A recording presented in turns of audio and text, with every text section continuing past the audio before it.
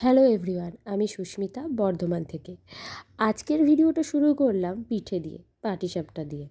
না বানাইনি, কিনে এনেছি। আর পোগো বুড়িও এই নতুন আইটেমটা খেতে খুবই ভালোবেসেছে।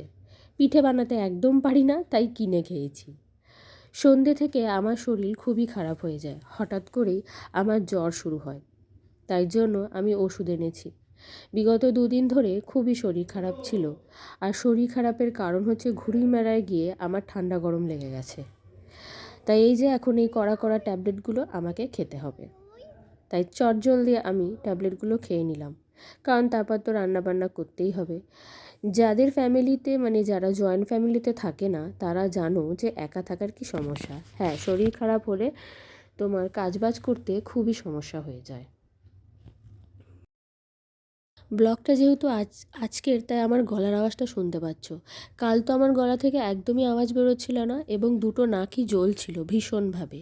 আর তারপর তোমার বাড়িতে যদি একটা ছোট্ট পোগোবুড়ির মতো বেবি থাকে, তাহলে তোমরাই জানবে যে শরীর খারাপ থাক যাই হোক, তার পিছনে কাজ করতেই হবে।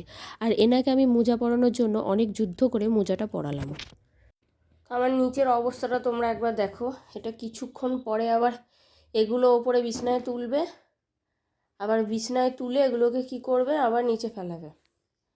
আর একটা জিনিস দেখাচ্ছি, এই যে ওনাকে আমি মোজা পরিয়ে দিয়ে গেলাম। আমি জাস্ট এই দুধটা গরম করতে গেছি রান্নাঘরে, এসে দেখি বাবু মোজা খুলে ফেলেছেন।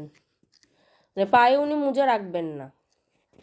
আর আমার এত ঠান্ডা লেগেছে যে গলা থেকে আওয়াজ বেরোচ্ছে না। আর নিচের পরিস্থিতি তো খুবই খারাপ, দেখে মনে হবে যে আমি পরিষ্কার করি না, কিন্তু না, আমি পরিষ্কার করি। ইনি বাবু কিছু ঠিক রাখেন না, তাই তো। 2 দিন যাবৎ এত শরীর খারাপ ছিল যে আমি গ্যাসটা ঠিক করে পর্যন্ত মুছতে পারিনি। খুব নোংরা হয়েছিল, আমার গলার স্বর শুনে বুঝতে পারছো। তো আজ একটু মুছে নিলাম ভালো করে। খুবই শরীর খারাপ। আর এখানে গোবর জল করছি, এই যে ফ্লাক্সে ভরবো। এখানে আলু কেটেছি, আলু ভাজবো, ডাল আছে, আর ভাত করব, কারণ আমার শরীর একদমই ভালো না। তো আমি শুয়ে থাকবো এখন। ওষুধ খেয়েছি, বাট একটু ভালো লাগলে আমি একটু সেলাইও করব। সকালবেলা ঘুম থেকে উঠে বাবা পেয়ারি এরকম প্রতিদিনই ওরা দুজনে মিলে ঘুম থেকে উঠে দুজনের ঢং করে। আর তারপর আমাদের তো কালকে রাত থেকে একদমই কারেন্ট ছিল না। বেলা যখন 1টা বা 1:30 থেকে 2টো, হ্যাঁ এরকম বাজে, তখন কারেন্ট এলো।